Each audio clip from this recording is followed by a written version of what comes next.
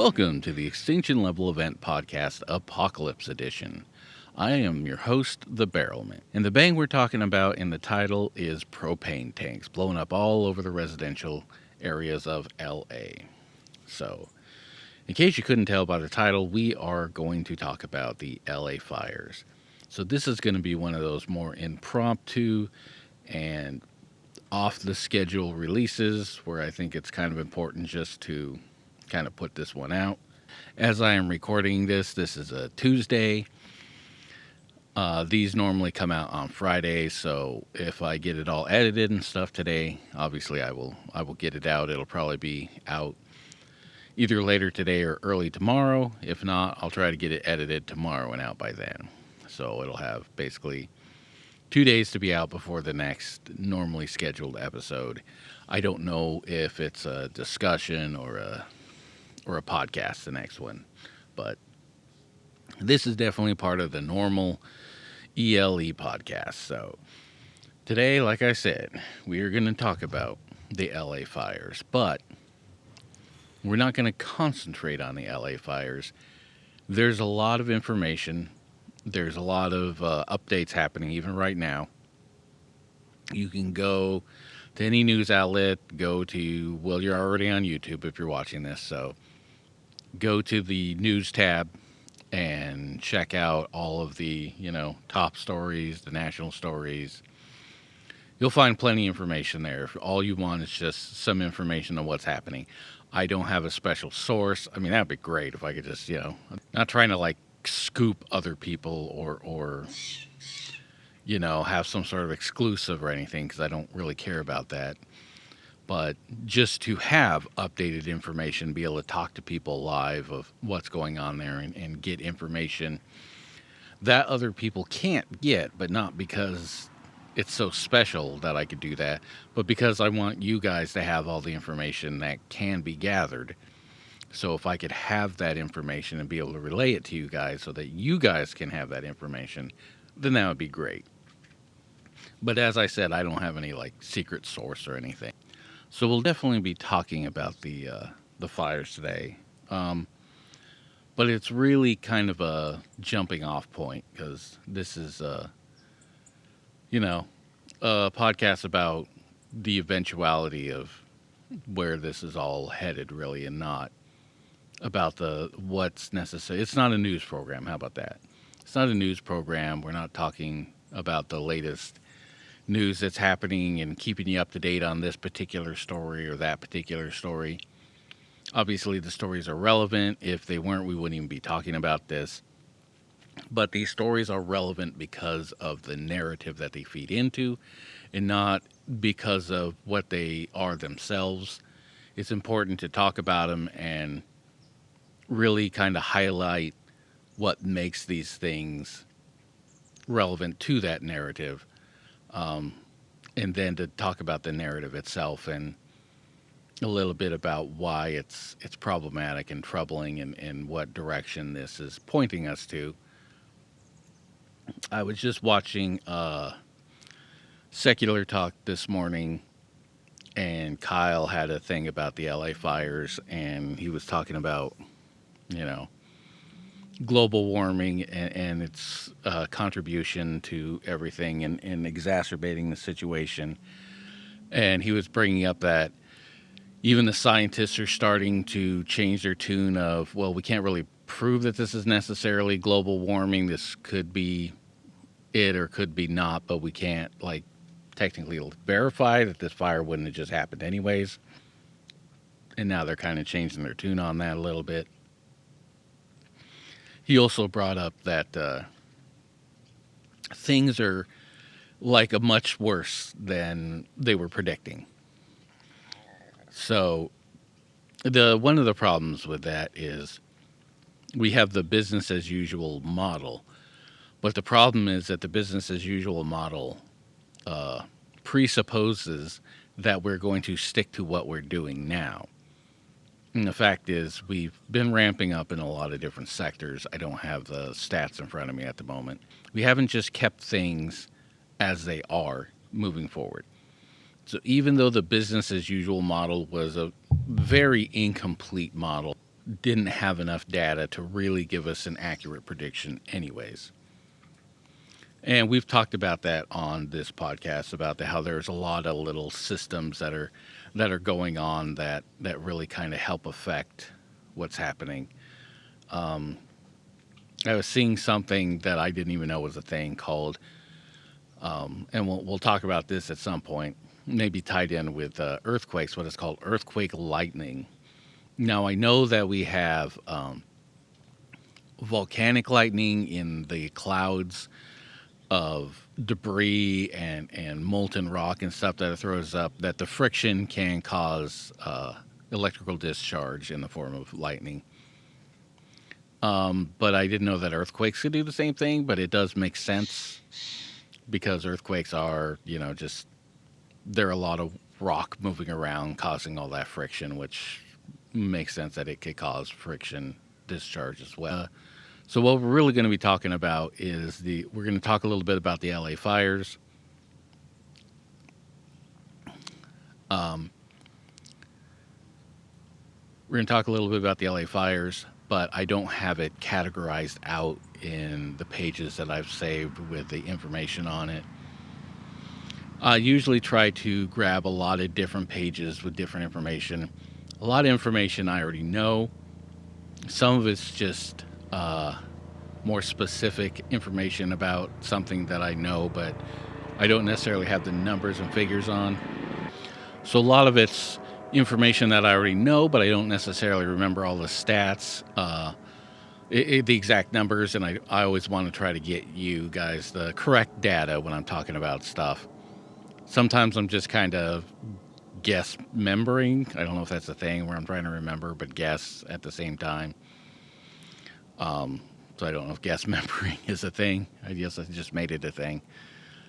But sometimes I try to do that and try to get the data as correct as possible. But it's always good to just look at pages and sources that have that data, and I can just, tell you where it comes from and what it is. So we're gonna talk a little bit about this and that, but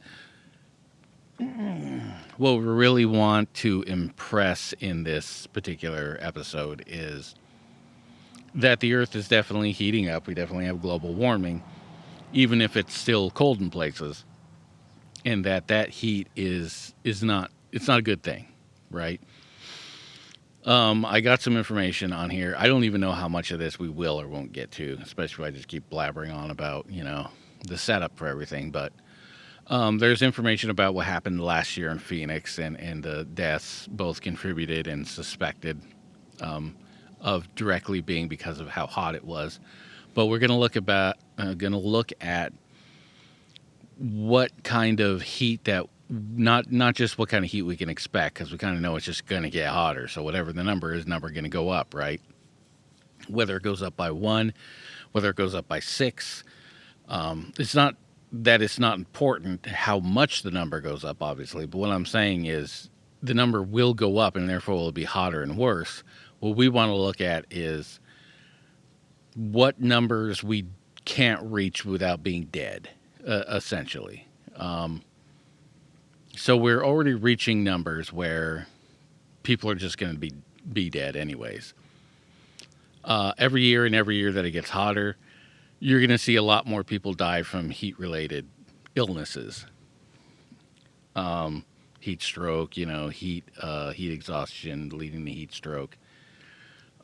People hiking in the desert that they've done all of their life, and now they're going to die from it because the heat is just getting overwhelming, and it doesn't matter how much you hydrate.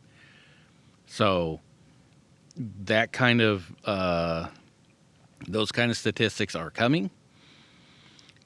I mean, in the future, not just the ones I'll give you, but those kind of statistics are going to be coming in the future. We will see.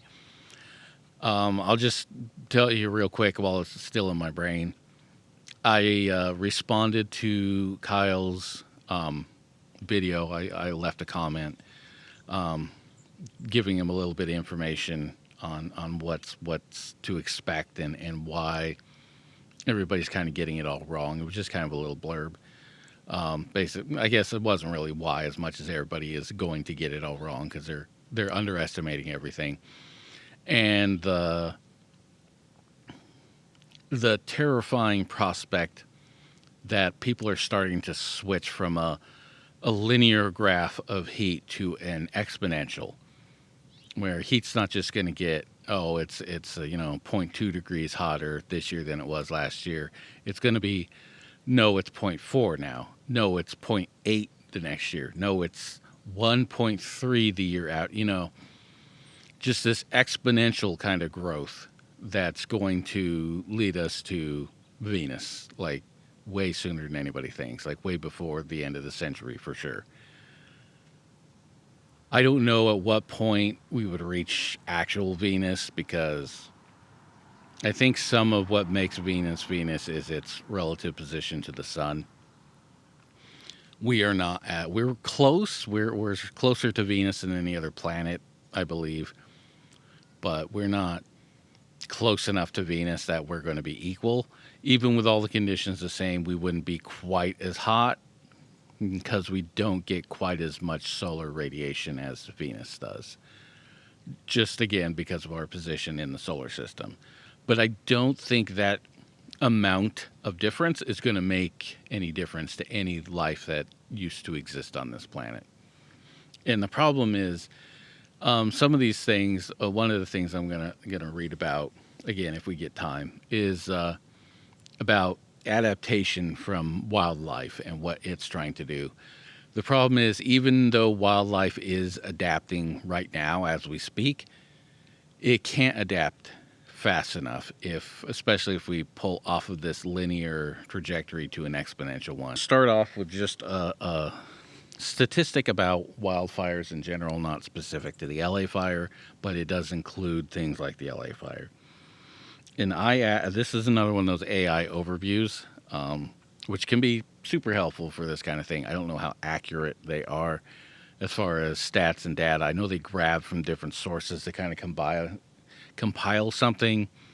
Is it particularly helpful? Is it particularly harmful? I don't know. If people hear these and go and want to do the work of going through all of the sources that it's citing to get this information and explain to me why the AI overview is like just completely off, then I would be interested in that. But for now, I'm just going to go with it because it's really quick summation. A lot of times I try to get something specific, but sometimes the things I'm reading are vastly different sometimes than what I'm looking for or the information I'm trying to get. Sometimes they're just specific about one thing because it's a topic that's been searched like 50,000 times, but I'm not actually looking for that information. I'm looking for different information, or I'm looking for the data that feeds into their model instead of the model itself. Anyway, so I started off by asking, it's a bit of an awkward question because I wasn't really sure how to put this to get the correct answer. I got the answer I was looking for, but has the average acreage of fire increased? So I just wanted to know if more of the earth was burning every year, essentially. I know I could just say that, but I don't know that that would necessarily give me the right results. If you use more data and scientific oriented language, you tend to get a more data or scientifically oriented answer. So if I just say earth burned a lot more, yeah, then I might not really get the information, and it might come up with a lot of different things like, yes, Asian men are burning for white hot girls in your neighborhood more now. Like, you know what I mean? You'll take that, but not really know what I'm talking about because it's just grabbing a few keywords. And so I want to make sure those keywords kind of give me the thing I'm looking for.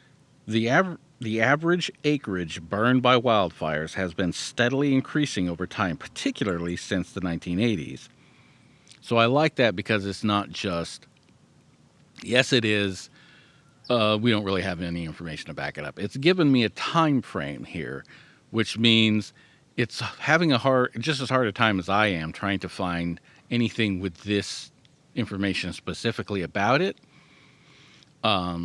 Without it just talking in such a generic term.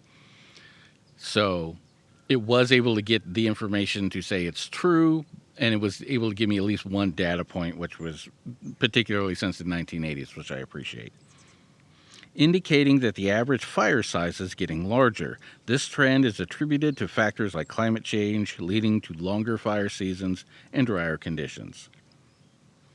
So that's, to me, it was kind of like, I know we were getting a lot more fires, and I could look up just the number of fires. But depending on how that calculates, little lightning strikes or somebody catches a tree with a campfire, I don't know what necessarily constitutes something to which could be the smallest possible version. There could be a ton more of those, and that average could actually go down, but the average of much bigger fires could be going up. So I thought it was more important to see exactly what the average of the amount that the fire is consuming is going up, because that's the dangerous part, right? The more that it is burning, the worse it is, because the more likely it is that you're next. Even if you're in a place where you're like, no fire's ever even been here except for like when the store burned down, kind of a thing, and it was a gas fire or whatever. Sorry, but you're just as vulnerable as anybody else, even if you used to be in a place where you wouldn't have been. I know everybody's safe until they're not, right? It'll never happen to me until it happens to you.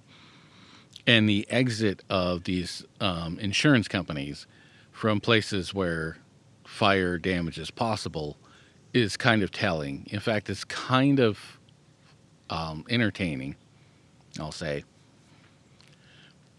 that all these big wig, like the CEOs and the Republicans and all these corporate oriented figures, keep denying global warming.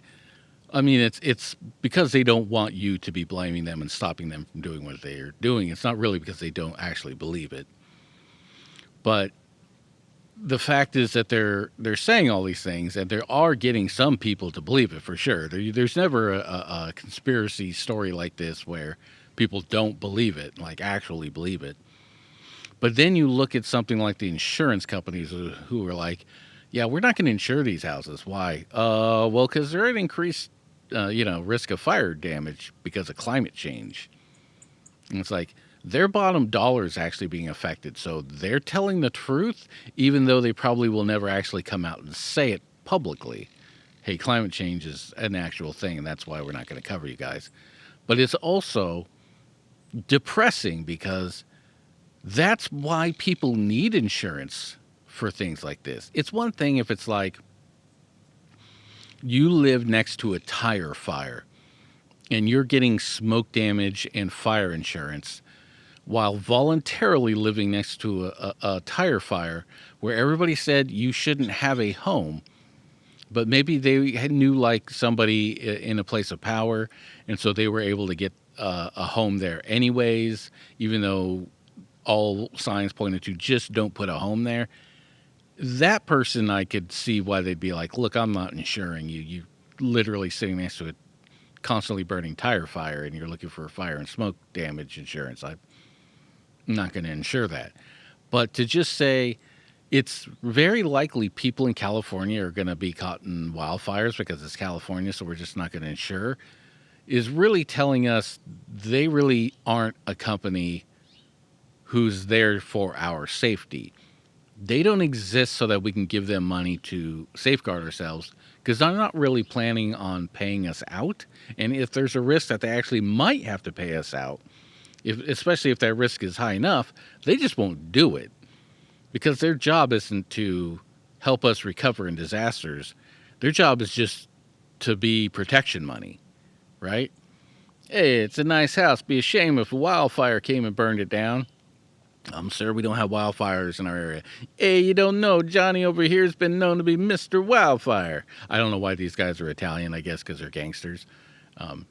But you know what I mean. And it's like, yeah, okay, I guess I better get the wildfire because I don't want, Johnny or whoever it was to come and burn my house down and call it wildfire. But you know what I mean? But if there's an actual wildfire, it's like, hey, we can't do this thing. You might actually get wildfires here. Then we have to give you money. That's not how this works, huh? Going back to the stupid stereotype, I guess. Anyways, you understand what I'm talking about. So it's pretty disgraceful there. Um, okay, so let's go to dog must have saw a squirrel. Let's see if I can find something about the actual wildfires that are going on. I know I looked a couple of things up. Um, see, what is this? Okay, that's not what that is. Okay, here we go. This is specific to the. I don't think I have anything else looking up what I have here that's specific to the LA fires other than this. And I asked the estimated economic loss from the LA fires, and the it doesn't say this is an AI thing, so it might just be an excerpt. But it says that basically it's saying that they're not really sure. They're still calculating this stuff. You know, don't rely on these numbers because not because they're not necessarily accurate, but because they're liable to increase. So they're estimating.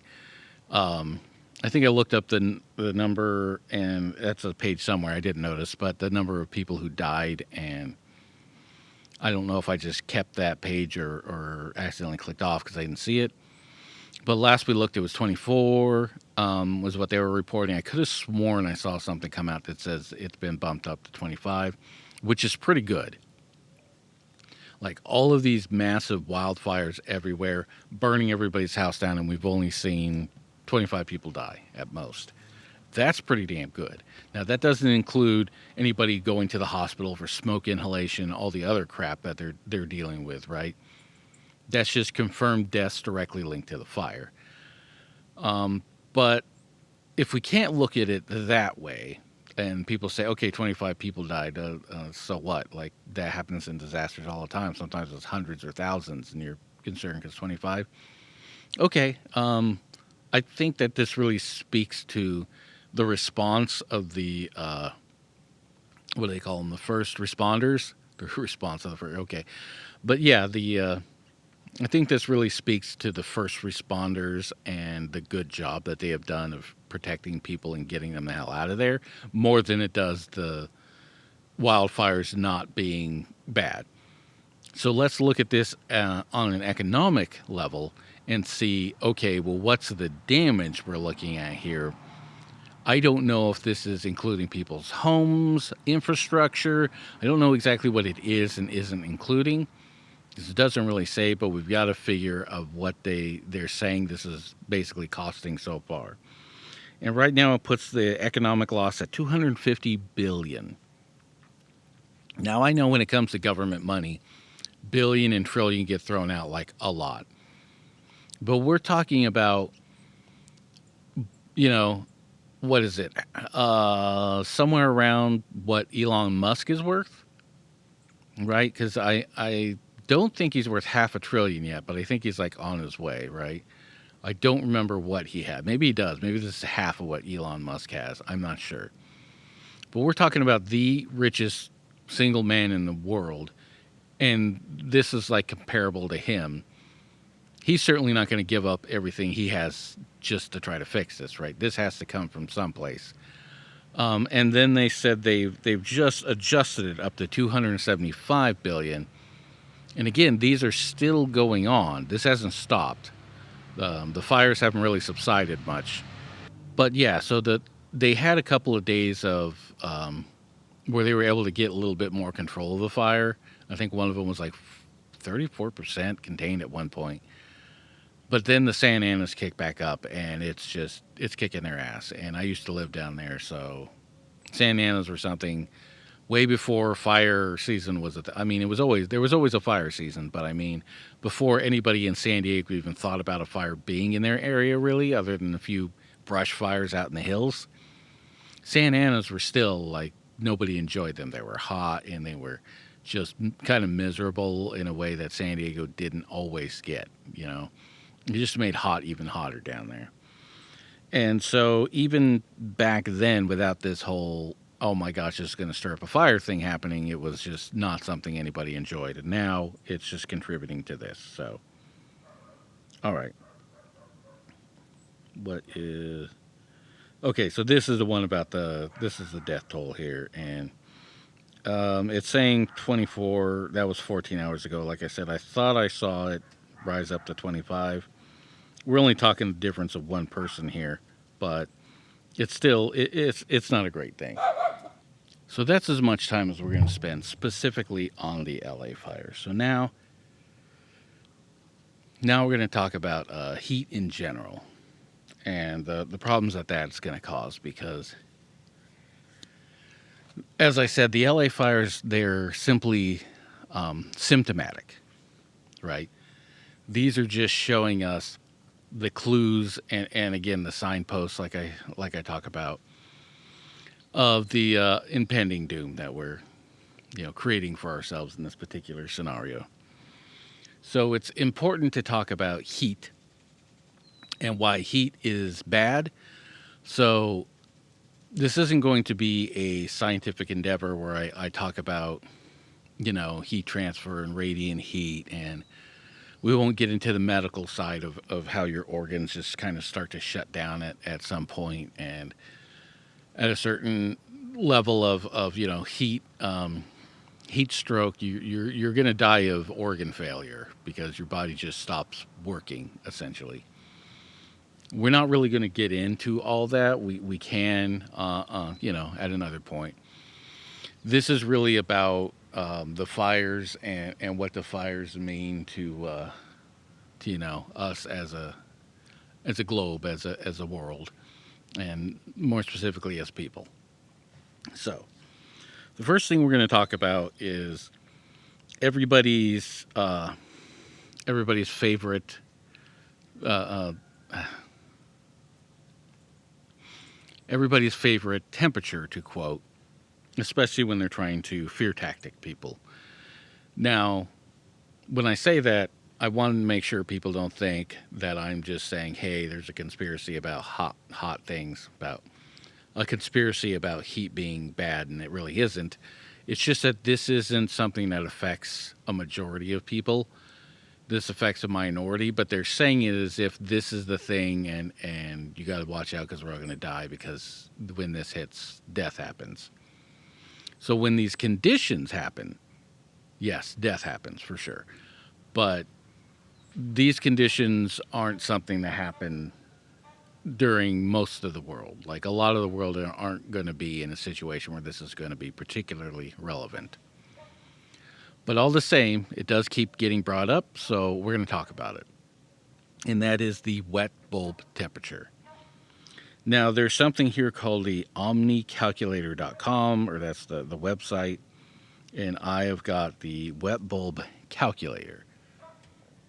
So I put in some temperatures, and here I'll change. It can't go above 99 for some reason, or not 99. Yeah, 99% humidity is what it can't go over. So calculator's bad. Here we go. Because on an iPhone, and every time I touch it, it thinks I'm just trying to move the screen itself. So here we go. Temperature. It's asking for two data points: temperature and relative humidity. So I'm giving him a temperature of 100 degrees and relative humidity of 99. It won't go up to the 100% humidity. So 99 is where it doesn't matter. It's negligible. Anyways, so in the calculator, wet bulb temperature is 99.95 degrees Fahrenheit is what it's saying down here. I'm not really sure how that's relevant because it also says underneath, there's a little red exclamation point and says, theoretically, humans cannot survive for very long when the wet bulb temperature exceeds 35 degrees Celsius or 95 degrees Fahrenheit. If that's what you're experiencing, move to a place with air conditioning and drink lots of water as soon as possible. So make sure that you catch what they're saying to do, because it's drink lots of water, but also Move to a place, not one or the other. And I've seen a lot of people say, just drink lots of fluids, man, you'll be fine. Don't worry about it.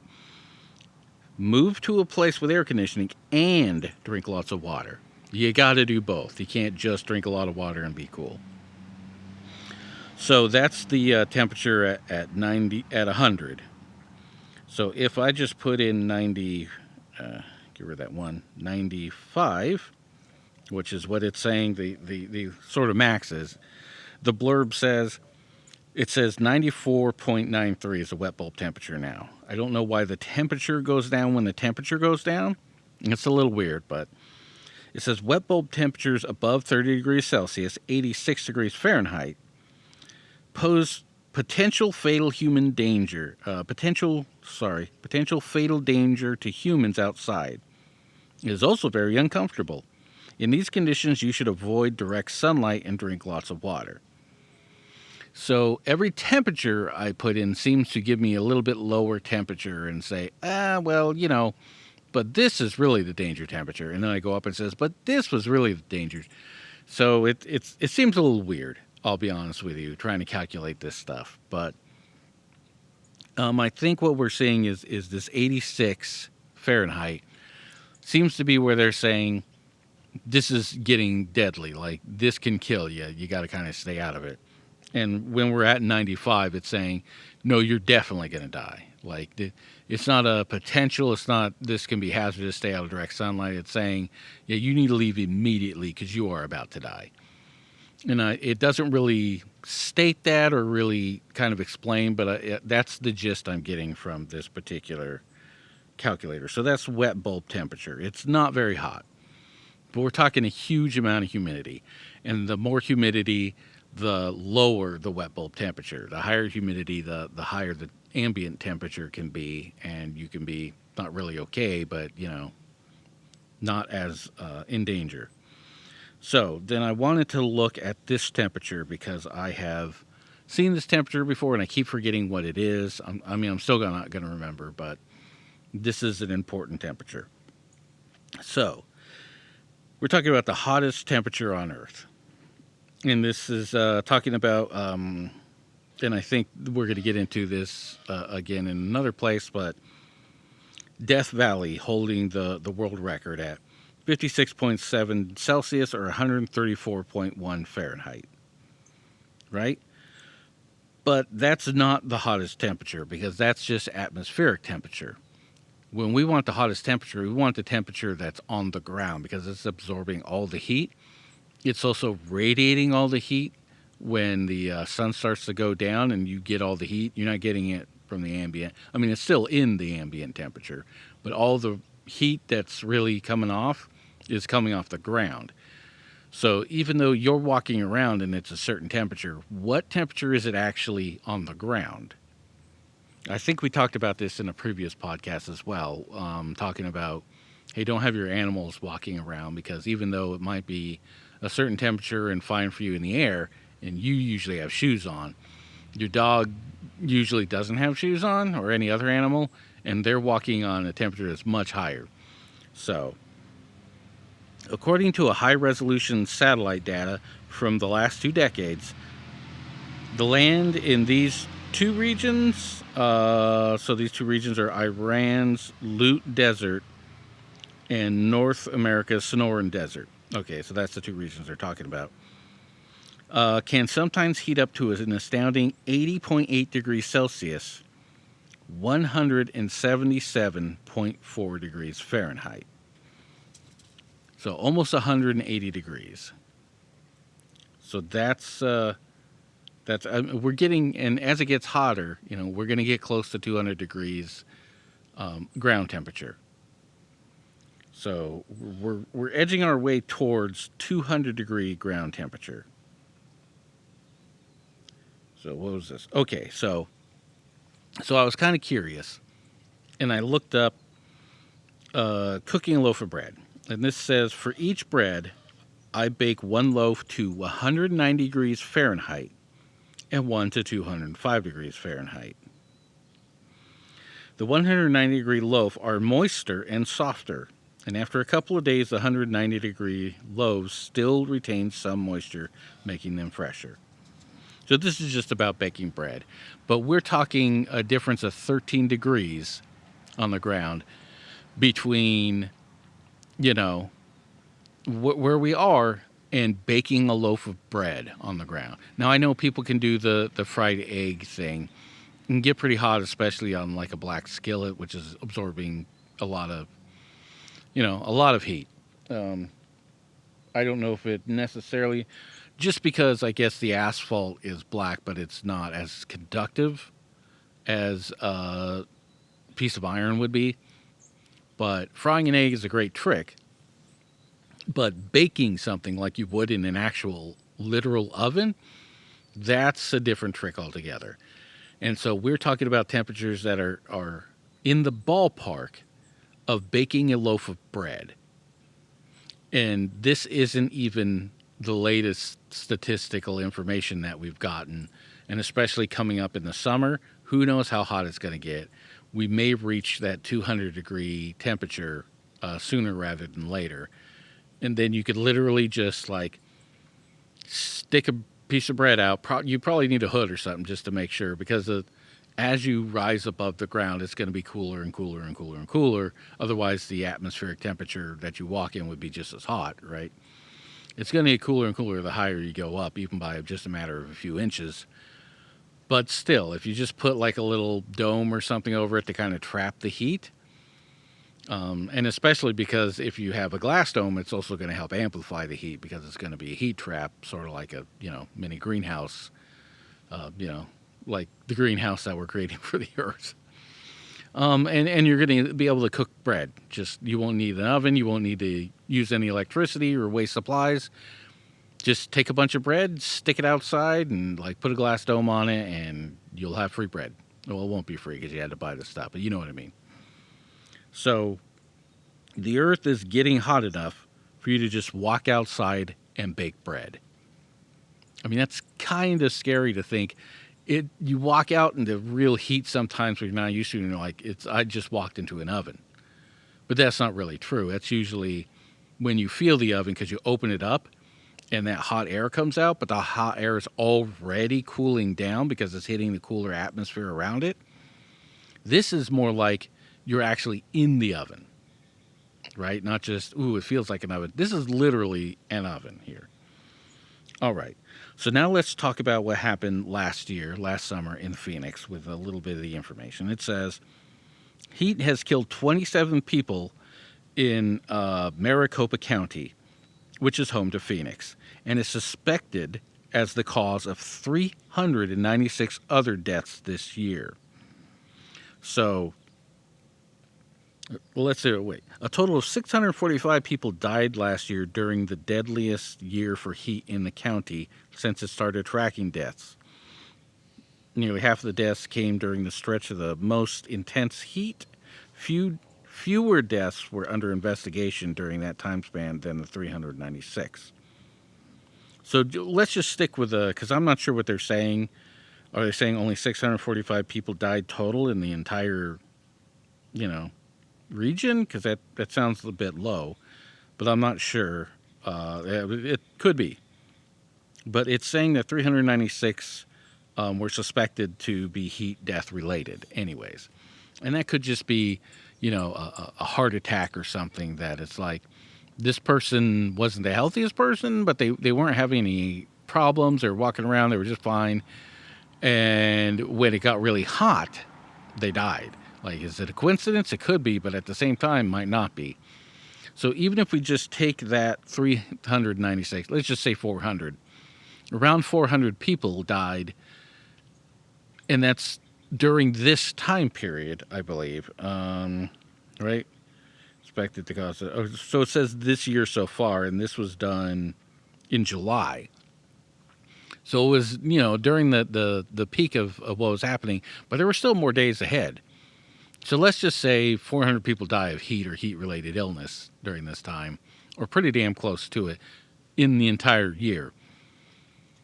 So that's added on to all the other deaths from a heart attack and you know, brain tumors and cancer and just all the other deaths that are happening anyways.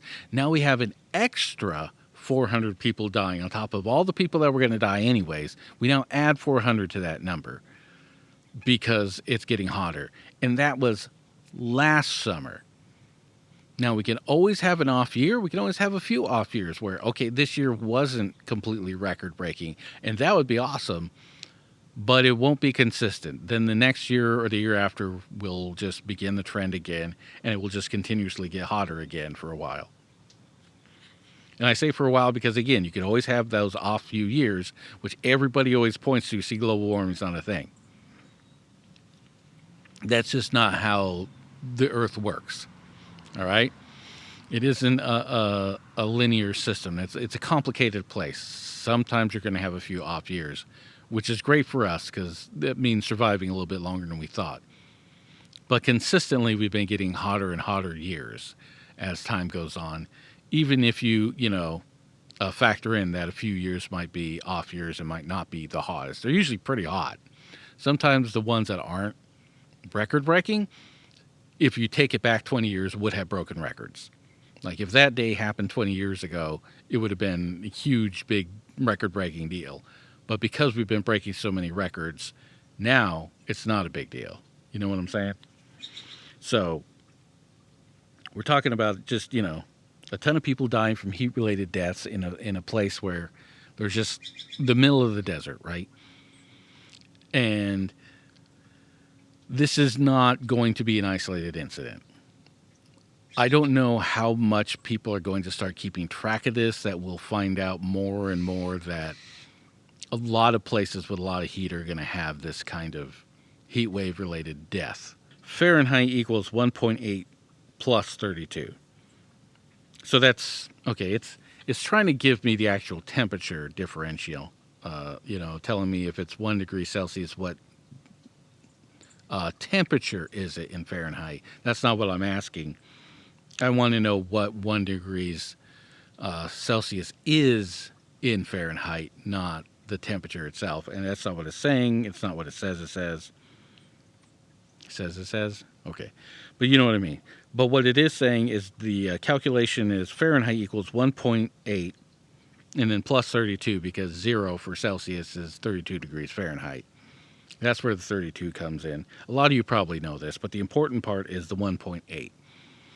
So Celsius is 1.8 degrees Fahrenheit. So almost 2 degrees. So it's a little bit, it's what, 10% less?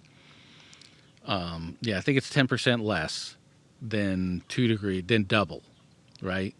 So it's what, 90% of double, I guess, or 190%, I guess, is the way. Well, it's technically 1.8, so, but yeah. Anyways, I'm just running math circles around my brain, trying to get my own brain to figure out the math correctly, and it's not really, a winning strategy for me.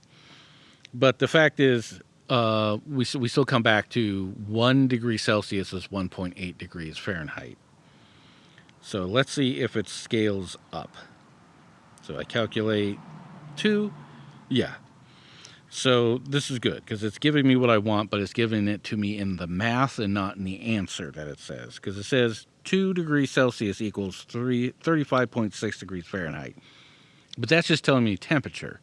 I don't want to know what 2 degrees Celsius temperature is. I want to know what 2 degrees Celsius equals in the amount of Fahrenheit. And here it's 3.6. So when we say 2 degrees Celsius worldwide increase, we're talking about almost 4 degrees Fahrenheit.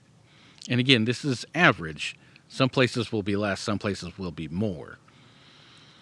So, yeah, just for people to kind of keep in mind, because when we're talking about Celsius, the numbers actually, it's like, euros to dollars. It's less than you think.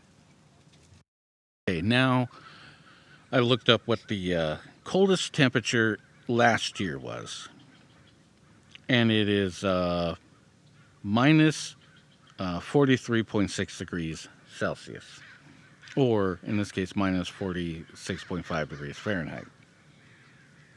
And the reason, and I looked up the coldest ever, and it was like minus 86 or something like that. But the reason it's important is I wanted to get some measure of, because we know that the coldest places on Earth are actually heating up the most right now.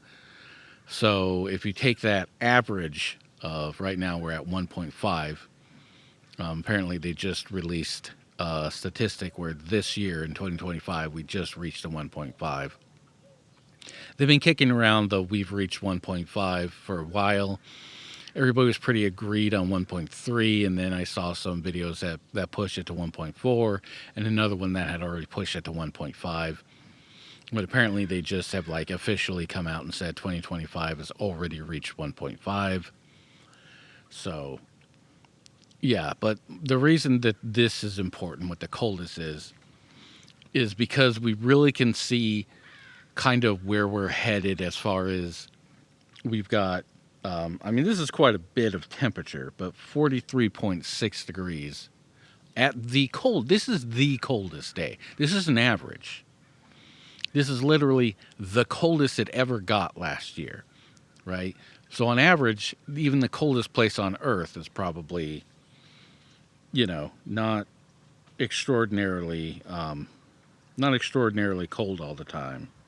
So 32 degrees Celsius is a difference of 17 degrees.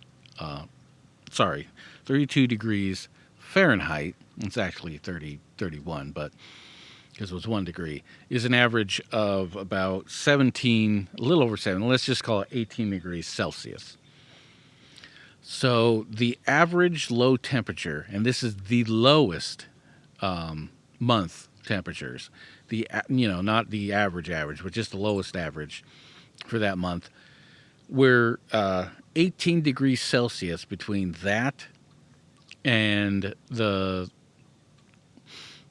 melting point for all ice.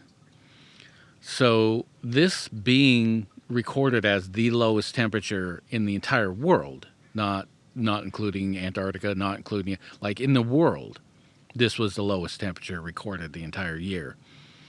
And if its average comes up 18 degrees Celsius, there will no longer be a place on planet Earth that's cold enough to form ice. 18 is a lot, especially when you look at the fact that that's the coldest. If you take some of the other temperatures, which some of them were like 50 or 60 as the average, we're already above the melting point and what is, at least at times, the coldest place on planet Earth. So we're slowly warming the planet to the point where it can no longer sustain frozen water. So that's, I mean, we're of course talking about, like, the sea level rise and all the terrible things that happen. But just to think that the temperature on Earth is so hot that we can't have ice anymore on the planet. That's kind of terrifying, So then I looked up the highest external temperature that a human being could sustain, non-wet bulb. This is a lot tougher to try to get information on. I don't know where this person got their information. This is on Quora, so it's somebody who asked, and this was information given by Assistant Bot. So who knows how accurate it is or not. I'm inclined to believe it just because it's not exactly like a conspiracy sort of answer, if that makes any sense. Like, there can be answers that you go, oh, that sounds like they're trying to hint at something like darker and evil hidden behind the scenes. This is just giving you scientific information. And obviously the information they get can be good or can be bad or based on this or that, I'm not sure. But being as it's really difficult for me to find this information because every place just wants to tell you what the wet bulb temperature is, this information was tougher to get, and so this is kind of one of the only places I found. So this is the information I will be giving you. It says, I was looking up the highest temperature that the atmosphere can be, or the just atmospheric temperature you're walking around in, what the air temperature is, however you want to look at it, that we can survive, not wet bulb temperature, but just if it's a nice dry day, but it's hot out. What 70 degrees Celsius or 150 degrees Fahrenheit for very short periods, especially if the environment is dry. So, and then it goes on to talk about the wet bulb temperatures, which we went over that, which are obviously way, way lower than 158. So we haven't reached these temperatures. The highest, like I read before, was 134.1 in Death Valley. We haven't reached 158. Who knows when we will reach 158? It's going to be really soon. I sure as hell hope not. But that's you go outside and you're going to die kind of temperature, right? No matter who you are. Now, there's obviously way, way less temperature. Like people talk about going in the heat waves in Death Valley. I know they were going there last year. I think we might have even set a new record last year, but I don't remember. I think it's like they were talking about it. It seems like they were there in case the temperature record was broken, whether it was or not. I know that a lot of people are talking about getting out and not being able to handle that heat. Like just to be outside of their air conditioned car, to stand there long enough just to stand next to the record and get back in their car, right? But just that short amount of time, which is not a very long amount of time to just jump out of your air conditioned car and get that done. These people were feeling like heat exhaustion, experiences in their body from that. Like some of them just weren't really able to handle it and do it. They kind of tried to get out of their car and be like, "No, I'm already feeling sick. I can't do that. I got to stay." And that's not this 158 degrees. So that's bad news there. So looking at that record is 56.7 degrees Celsius or 134.1 degrees Fahrenheit. It was measured on July 10th, 1913 at Furnace Creek Ranch in Death Valley. So it is interesting that we haven't broken that record yet. And, it's been over 100 years. So even though we've been reaching average hotter temp, which is always what we're talking about, global warming, average hotter temperatures, doesn't mean the hottest hot ever has happened any one of these years, right? It just means on average everything's getting hotter. But we're also talking about extremes, so sometimes the hottest can't be reached and the coolest can't be reached either, right? And we're just kind of bunching everything up in the middle. We're definitely gonna break this record at some point, and I'd say in the next 10 years. Probably sooner, but at least in the next 10 years, I'd say. This isn't a for sure thing, it's just kind of a guess. But, it is interesting to note that it hasn't been broken since 1913. So that's, information that we already had and we already talked about, but there we go. I'm going to give you, what is this talking about? So evaporation is a big problem because that's going to put a lot of humidity into the atmosphere, which of course is a potent greenhouse gas, even worse than carbon dioxide. And the amount of evaporation increases with temperature. Like the hotter it gets, the more. I tried to look up something that was really kind of simple to say. I mean, these things are always complicated, of course, and this thing that I found talks about where are you, what's your altitude, what's your location on the planet, the season, like all these things are important. And it's not that they aren't. I was just looking for a more simplified, when it gets this hot, the humidity or the evaporation is going to be this, even if it's a more general, not always accurate kind of a thing. You know what I mean? Like this is kind of an average, this calculation. If you want to get specific, you need to add these things in. I could not find that, but I found this and I want to give it to everybody so that they can go and look this up and do the calculations themselves if they would like to. It's called the Penman formula for the evaporation rate from a lake is simplified to the following. So the Penman formula. So that is how you would look it up. But it definitely talks about how temperature and evaporation, that it's a sort of an accelerated curve, that the hotter it gets, it's not just 1% more evaporation for 1% degree. It increases. So, and that's really what I was trying to look for, and I couldn't really find anything that really spelled it out that easily. I did see some charts that kind of indicated that fact, though. Let's see. So I was curious as to how long, because we've had a lot of 100-degree temperatures in a lot of these places, like well over 100, but let's just say 100, because 100, I think, for a lot of people is a really hot day.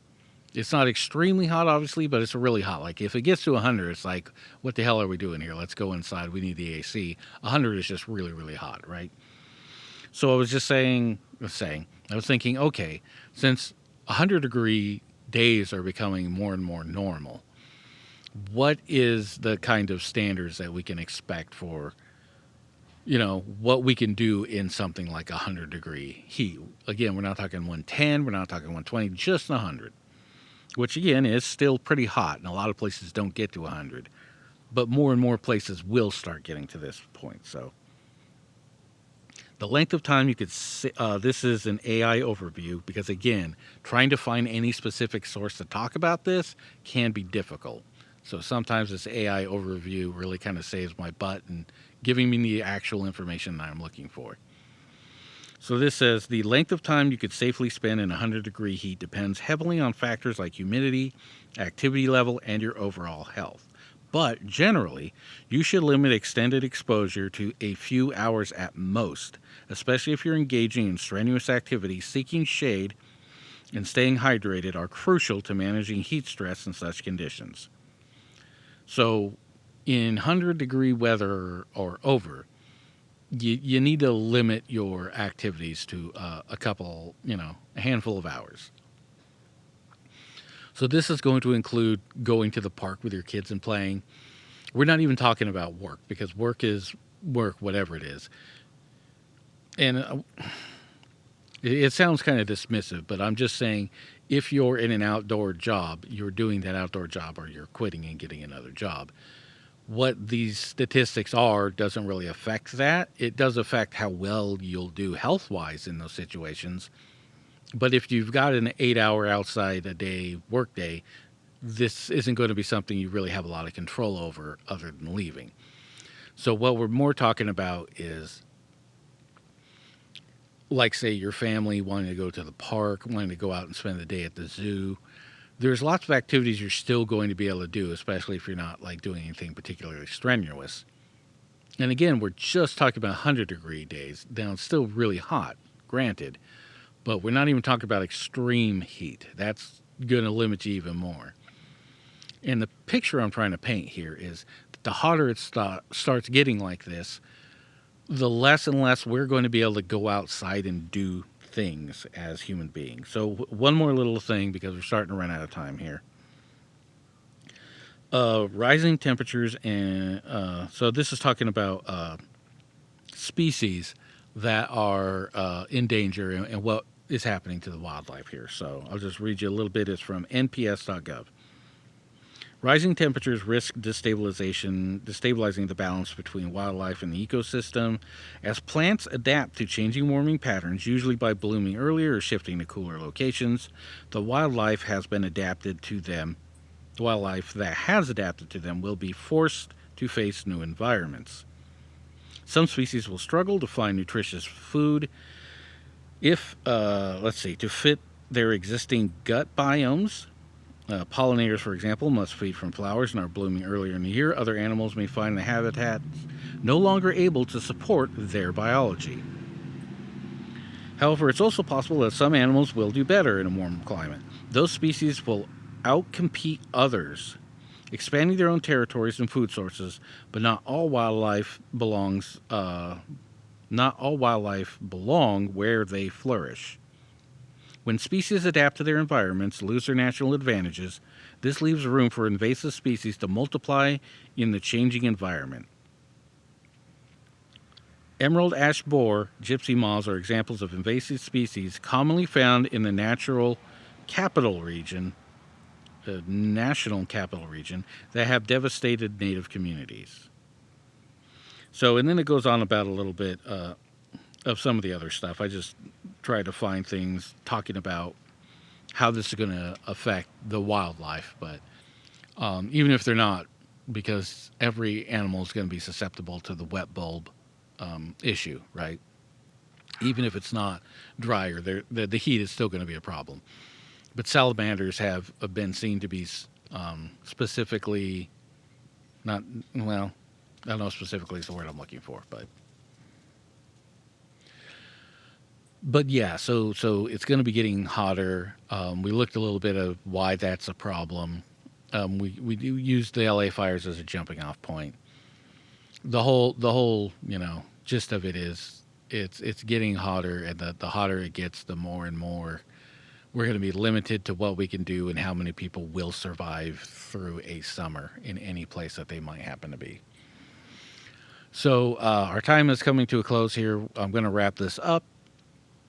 I have a bunch of other stuff all the way through March, including some new segments where we're going to be reading all the comments that I've gotten so far and some no, climate change deniers as well. We're going to be debunking some of those in a few future installments, not of the podcast, but they'll be under the headline of discussions.